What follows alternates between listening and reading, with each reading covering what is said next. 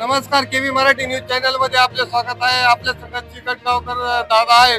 दादा, आज जे जिल्हा परिषद आणि पंचायत समितीचे इलेक्शन, आता फॉर्म भरायची तारीख, आता 3 वाजले, फॉर्म भरताय. तर तुमच्या पक्षातर्फे आता कसं? मी माझ्या बहिणीचा फॉर्म आणि माजी आमदार दिवंगत कैलास पाटील साहेब यांची कन्या अश्विनी पाटील चिकटगावकर यांचा फॉर्म राष्ट्रवादी काँग्रेस तुतारी वाजवणारा माणूस शरदचंद्र पवार यांच्या पक्षातर्फे वाकला जिल्हा परिषद गटात भरण्यात आलेला आहे.